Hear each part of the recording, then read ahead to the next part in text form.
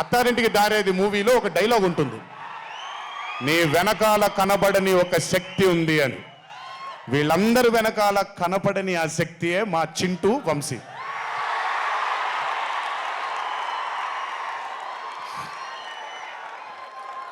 Cinema అంటే చాలా చాలా చాలా ప్యాషన్ తనకి. మాట కరుకుగా ఉంటుంది, కఠినంగా ఉంటుంది, కానీ మనిషి లోపల ఇంకంతకంటే మంచి మనిషిని నేను ఇప్పటిదాకా కలవలేదు. మంచివాడు. ఆ మంచితనమే తన్ని ఈరోజు కాపాడుతుంది. ఆ మంచితనమే వీళ్ళందరికీ కూడా ఒక కనపడని ఒక శక్తిలాగా ముందుకు తీసుకెళ్ళింది వీళ్ళందరినీ. వంశీ గురించి ఎక్కువ మాట్లాడితే దిష్టి తగిలేస్తుందేమో, బట్ ఒక విషయం చెప్పాలి మీ అందరికీ. బాగా సుఖపడిపోయాడు వంశీ.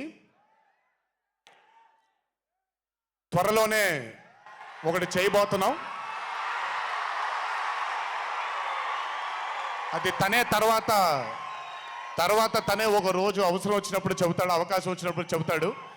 కానీ ఆ సినిమా చేసిన రోజు మాత్రం వంశీతో, వంశీ ప్రొడ్యూసర్గా ఆ సినిమా చేసిన ప్రెజెన్స్ ఇదంతా కూడా కాదండి, వంశీ ప్రొడ్యూసర్గా తన పేరు పడిన రోజు, ఆ చిత్రం మొదలుపెట్టిన రోజు, మీ అందరినీ హ్యాండిల్ చేయమని తను వదిలేయబోతున్నాను, నాకు సంబంధం లేదు. మీరు తిట్టుకోవాలన్నా కొట్టుకోవాలన్నా వంశీ ఇన్ఛార్జ్ మీకు. నువ్వు నాకు నచ్చావు సినిమాలో సునీల్ అనుభవించు రాజా, వెంకటేష్ గారిని పంపించేగానే కూర్చొని ఎంజాయ్ చేస్తుంటాడు చూడండి, అలా ఉంటాను నేను.